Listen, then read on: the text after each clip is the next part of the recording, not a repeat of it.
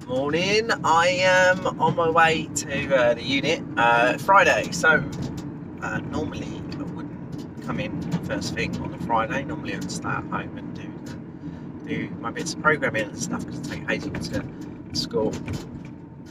This morning I'm actually going in because machining has become a little bit of the bottleneck again. We've been keeping the machines running pretty much constantly, and it's all of a sudden we've had this uptake in orders, and because of, I guess, sometimes we have quite a big swing of different products that we do. Sometimes obviously some parts you start running out of some parts.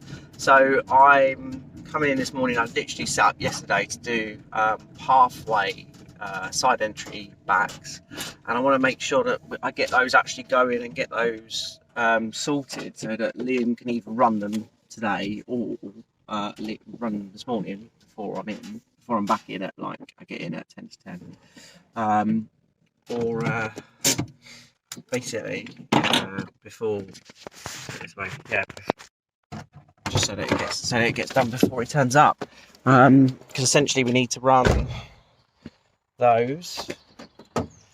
We need a good, I think we're going to end up running a good bar of that. We need to do sleeves, we need to do small rods, those sleeves, small rods. What else do we need to do? I know we're needing backs and tops again. It's just sort of keeps coming round and coming round. Right, so I'll go get this set up. I've got those parts running. So you see that off-centre drill hole there, it just saves us so much time, it really does. And then being able to drill and tap side on makes such a difference as well. So that's now running, so I'm going to have to leave that. I'm just going to literally just leave it running and hope for the best. Yeah, I mean, I'm kind of stuck in a rock and a hard place really with it because, well, no one's here. So hopefully Liam turns up soon. Well, he doesn't turn up for an hour and 10 minutes, so hopefully nothing goes wrong in an hour and 10 minutes. Yes, I'm really hoping that the inserts, etc., don't wear out, because it's, well, obviously that's the inserts breaking or inserts wearing out is like the biggest risk to that program now failing. I mean, it's in aluminium. I would never leave it on stainless steel. I don't trust the inserts and the programs and that enough yet. Long way to go for that. But yeah, I just you know, like, we need to get those backs done, and I'm just hoping that we'll get the net result. That's all we can do really. If we can get a net result, then we can do probably a bar of fronts, and then we can move on to the next program and so on and so forth. So, you know, I'm just trying to well, you know, like, there's only so much machining time available every day, and so I'm just trying to make sure we get just trying to make sure we get ahead as much as possible, and so that Joe and everyone else can get on, and there's no like, oh, we're waiting for you guys kind of machining or whatever. So it's kind of like needs must really, and I definitely don't like leaving any machines unattended. I mean, the Haas actually running the reflectors right now, I'm not worried, because the reflectors are they're a safe program. I've not seen breakage of an insert or anything like that yet on reflectors. So you know, which is kind of at least what you're at least positive in that respect. But yeah, it's there's lots of cars coming on the road towards me at the moment. I'm just going to wait till this person comes out of the way, and then I shall squeeze down there. Yeah, I'm on my way back home now. I'm going to go and have breakfast, have a shower. Actually look nice and presentable today, so I'll do something with my hair. So I have my shower every evening, and I like having showers in the morning, but obviously 5 in the morning, it's not fair having a shower and, like, you know, it'll wake everyone up in the house. So I can't do that, so I have to do it in the evening, and so I wake up in bed here. And I don't like that. I like to, if I could, I'd like to look semi-presentable every day, and you know, you never know who's going to come through the door or what opportunity is going to arise or whatever. So that's the way I see it. But yeah, we still, you know, we've still got the shower. We bought the shower. We bought that shower cubicle, and we've got the electric shower and everything all ready to go in. But just, I could plumb it in, etc. I don't really want to. I don't have time to. I'd rather get someone else in to do it. And if someone else I can't afford it right now. So yeah. Anyway, I'm on my way home. I will probably do my final video of this today at the end of the day and let you know how it went. But there might be some stuff in between. We'll see. Thanks, guys. Well, I'm at lunchtime now already. It's gone like nobody's business, and we've got through the pathway back. It didn't go particularly well. So I come back, no tools are broken, which was fine. But basically, for whatever reason, the offsets moved quite a bit, and like parts basically come out dimensionally incorrect. So we lost maybe 25% of our machined parts on those backs. Oh, slight metal splitter in my thumb. Yes, we lost about 25%. So we got what we need to done. It might be more than 25%, might be 50. Or 40-ish%. I'm just kidding. So sorry, just waving at the guys as going past this. Yeah, so I wanted to put stock parts on the shelf and didn't get to do that. I suppose one benefit could be, if you look at it from the inverse, I ordered the collets this morning so that we'd be able to actually do the tap-in on the Nakamura as well. So we tap that the back hole, and ordered some new taps as well. So there's the next time we machine them, you know, I've already done the program. It's easy enough. So you know, like at least then we can basically get it right and get the parts bang on. Really, that's what I'm sort of thinking. Sorry, Liam just distracted me because he just messaged saying something about the tops being 0.3mm too short, which is not great. You don't want the tops being too short. So we're running sleeves right now. The sleeves are running really, really nicely. They're really simple parts. So like sleeves are literally just 3 holes drilled and parted off some tube. So we're going to run 2 tubes of those, and we'll have all the sleeves we need for the next probably couple of months, because Ricky doesn't really order. We order sleeves with every single one of the wall lights because Chris Harrington likes to have the sleeves on his wall lights, but he's the only customer that orders them, and they do have quite a few wall lights, but you know, like it'll probably be a few months worth of sleeves for us. And it's such a simple program, and it's no point in just doing just the sleeves we need. It literally, the lathe will be running for half an hour and we'll do both bars in that time. It's so quick. So it's fantastic. So at least that's easy. And then we're moving on to small spike rods, and then for the first time ball joints. Now I'm concerned about ball joints because on the Haas, I can, when we do ball joints, I can have very little stick out for the ball joint coming out the lathe, and the Haas is very good at doing small parts. The Nakamura is not really suited that well for small parts. You're really starting to like the sort of size ball joints. Really looking at the size of a what do you call it, lathe? A sliding head. So you know, like sort of stuff that does like watch parts and stuff. And of course, I mean, a ball joint isn't the upper end of that kind of part size, but it is really more suited towards that kind of lathe. So yeah, so it'd be better if we're running on the Haas, but we don't have a live access still.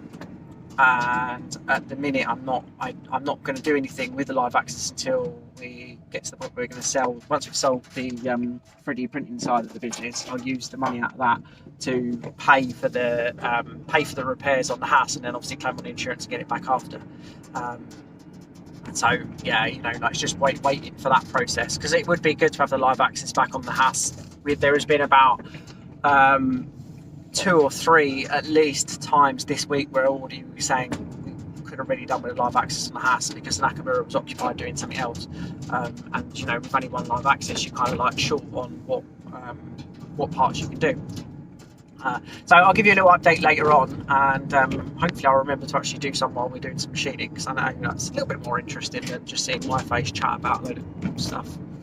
Thanks. Lots of lights on test in the old tanks.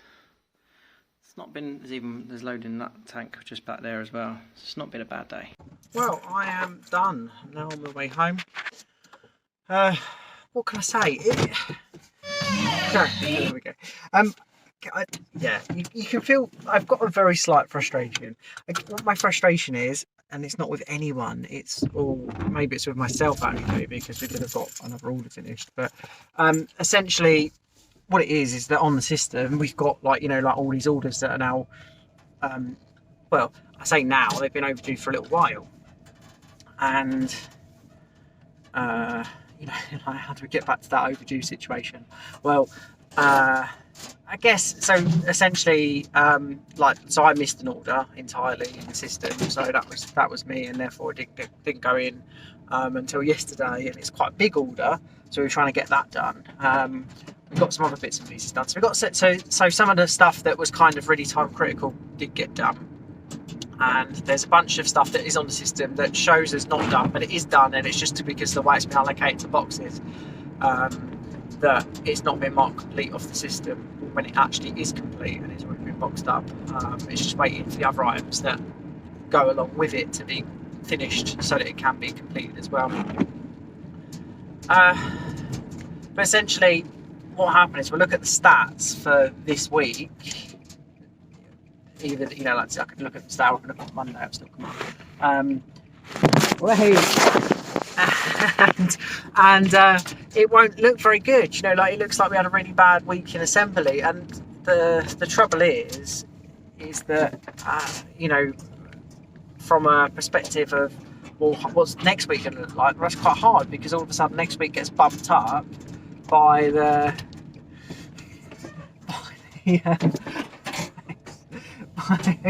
just literally voice hello to the DVD guy. These guys about. Yeah, so it got bumped. It'll get bumped up by what happens this week, and then will next week actually reflect what next week is in terms of the number of lights that get built. The issue is that one person on assembly is not enough. I kind of get it. I'm standing there with Cam, and we're going for it. To be honest, me and Cam were, we're assembling lots of lights. I think reasonably you're getting, I don't know, 5 or 6 an hour built. And although on paper that sounds like you should get through all of the 30 that we want to get done in a day, and although that should be true, at the same time there's an element of we have to build like something like protection circuits, LEDs. Like Hammer basically run out of protection circuits. He had to build some LEDs today, and like the other bits and pieces that go with it. Some of it's like I noticed that actually a lot of it's to do with parts that, so I had to go downstairs and go get lenses, and so that meant I had to go down there and I had to sand them, and I washed them, but I was like, oh, they're not quite great. And then some of the reflectors and stuff that are coming up, they're not finished. So there's some issues with the parts not being finished coming up to the assembly area, and there's basically, I would say that the lights just take quite a lot of time to build, and we actually need another pair of hands. And we kind of know this, but I don't want to commit to that. I don't want to commit to having, we need to try and make it work with what we've got and see how we can make ourselves efficient as we are. There's a lot of time being spent setting up new programs to, try and make sure that the parts that we're building are like perfect. And so, for instance, one of the issues that we got, that I was just doing assembly, and there's an issue with tops, and the tops aren't screwing down the way, and I know why. I know that it was to do with the recess for the O-ring is 1.5 mil, but we're using 1.78 mil O-rings just because that's what's available. So the recess for the top should have been 2 mil anyway. It should be 2 mil anyhow, and it wasn't. So there's like little things that just still slip through. They're not like massive, but it's just a little bit like, oh, that's just a shame. We're nearly there. It's like there's the odd lighting. The lights are going together so much nicer. Like the fit and stuff, aside from that top issue, 10 times better, it's 10 times easier, and it just makes it easier to build the lights. But it's just having those, it's having those parts. It's being able to, like if Cam has got all the parts he needs ready, then it is easier for him. But it is a question of, does he have all the parts? And building the parts, it takes a lot of time too. Like you can't just look at the whole thing and go, oh, it takes 10 minutes to build a light, because it's more than that. It takes, you've got to actually machine the parts, you've got to make the protection circuits, make the LEDs, you've got to, do all the other bits and pieces that kind of go with it, really. So yeah, they take a lot of time. I'm like, the thing is, I'm kind of committed to not take on any extra labour at the moment. I'm like, we're not, I've said it before, we're not in a great place financially at all. There's a bright future, and it's just, you need to get to that. We need to get to the point where we've got the money in the bank, that then we can then go, all right, okay, we can think about, spending a little bit or whatever. And it's just really difficult. It's like we're owed a decent amount of money at the moment, but no one is paying us. Not many people are overdue, but even the ones that, like there's some of the big ones that owe us money, they're not, they need to pay us pretty soon. Well, we need the money pretty soon. I mean, I've still not paid Max. Still, we're like end of the week now, for the first week of March, and I've still not paid him. And I've got loads of suppliers chasing us, and I've got, like this, that, and the other, and it's like, oh. And it's going to come, but it's just like, when? Seriously, I can put off some things for so long, but I mean, I've never had to make Max wait this long. Like I think there's been 3 other occasions when I just didn't have quite enough money to pay him, and I would say maybe I paid him and said to him I'll pay him the rest of it. And on one of those occasions, I part paid him over half, and then paid him the rest, I think within about 3 or 4 days. Just not the way I want it to be. And, there's things that we need to buy, like cable, for instance. We need to buy cable, we need to buy LED drivers. I just don't physically have the money for it. And it's like, what do you do if you don't have the money for the bits and pieces? What can you do? I'm home. And the problem is, I've only got my spare keys on me, my spare van keys, because I couldn't find my main keys earlier, and I've got no door key on it. So I can't actually get in the house. Oh, wonderful. So I guess we're going to sit in the van for a bit. Oh, good fun. Anyway, have a lovely weekend, and probably do so on Monday. See you later.